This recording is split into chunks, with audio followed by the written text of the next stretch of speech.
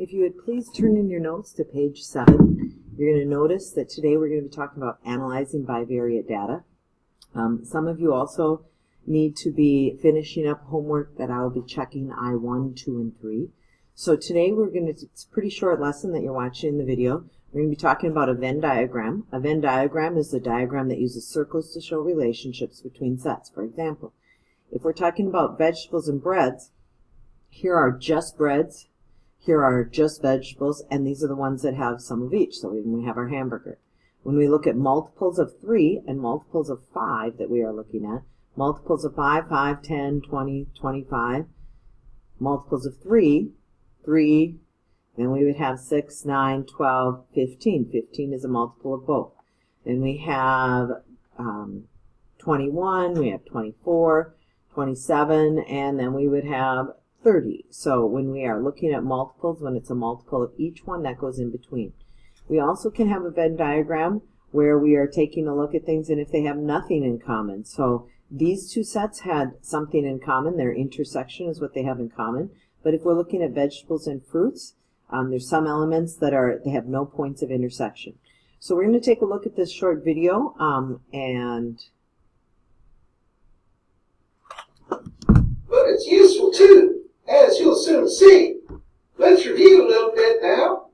If you remember, a prime number is a counting number that has exactly 2 factors, one in itself.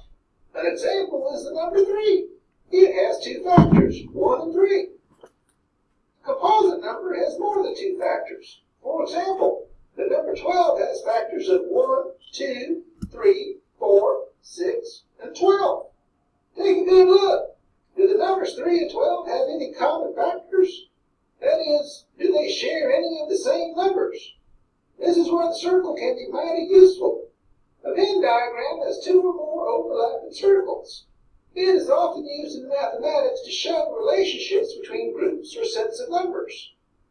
The factors of one number go on the outer portion of the left circle, and the factors of the other number go on the outer portion of the right circle. Any common factors are brought into the overlapping section of the 2 circles. As you can see, the numbers 3 and 12 both share the factors of 1 and 3. Now we can look at something a little more complicated. Let's compare a set of numbers and a composite number.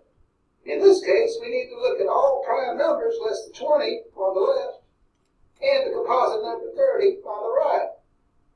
The prime numbers less than 20 include 2, 3, 5, 7, 11, 13, 17, and 19. The factors of 30 include 1, 2, 3, 5, 6, 10, 15, and 30. As you can see, the common factors are 2, 3, and 5. Are you ready for some practice? Label the left circle prime numbers less than 15 and the right circle factors of 21. Place all the prime numbers less than 15 into the left circle and all the factors of 21 into the right circle. Don't forget that any shared numbers will go into the overlapped area of the 2 circles. How'd you do?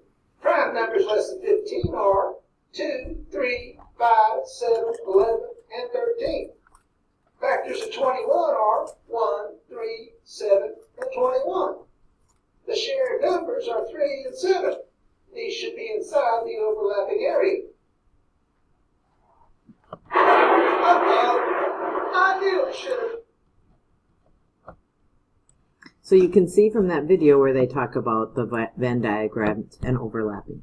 So now we want to take a look at this information, and we want to try and take a Venn diagram that we have here, where we have cell phone and MP3 players, and we know how many people, we surveyed 50 students, and what we are going to be asked to do is we're going to be asked to make it into a two-way table. So as we take a look at this, we know 27 is in our overlap, 6 is only MP3, and 13. So it says, looking at the Venn diagram and the number of students who have cell phones and the ones that have MP3. Explain the 4 numbers in our Venn diagram. So one of the first things we want to take a look at is, as we look at that Venn diagram, is what do these numbers mean? And as we look at this, we want to say that the first thing we are looking at is that the 27 means 20 kids, 27 kids have both of them if we are looking at that. The next number that we want to take a look at in this Venn diagram is the 6, that there's only 6 that have only MP3 players. As we look at that next number, 13, the 13 means they only have a cell phone. And the last number we know is that we surveyed, in this case, 50 people. So now we want to use these numbers up here to fill in our two-way table. One of the first things that we know is how many total people we surveyed. And if we are looking at the total surveyed, that should be our 50.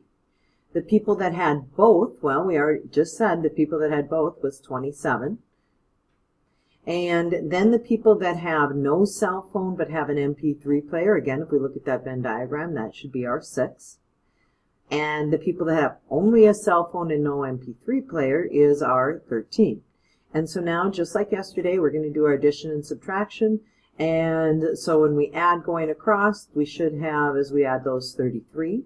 27 plus 13 is going to give us 40. 50 minus 40 means we have to have 10 that have no cell phone. And 6 and 4 give us 10. And then subtracting 33, we would have 17. And again, if we look it up here, 13 plus 27, as we add that 13 plus 27, that gives us our 40 down here. So if we add these two cells together, this gives us our 40. And the 27 plus 6, if we are looking at that, that gives us our 33. So you're going to be going in between the two. Your assignment is I3. You will be working at getting that completed. Make sure you're checking the answers in the back. And I will be checking all assignments from I1 through I3 on Monday. Monday we'll be working on our project.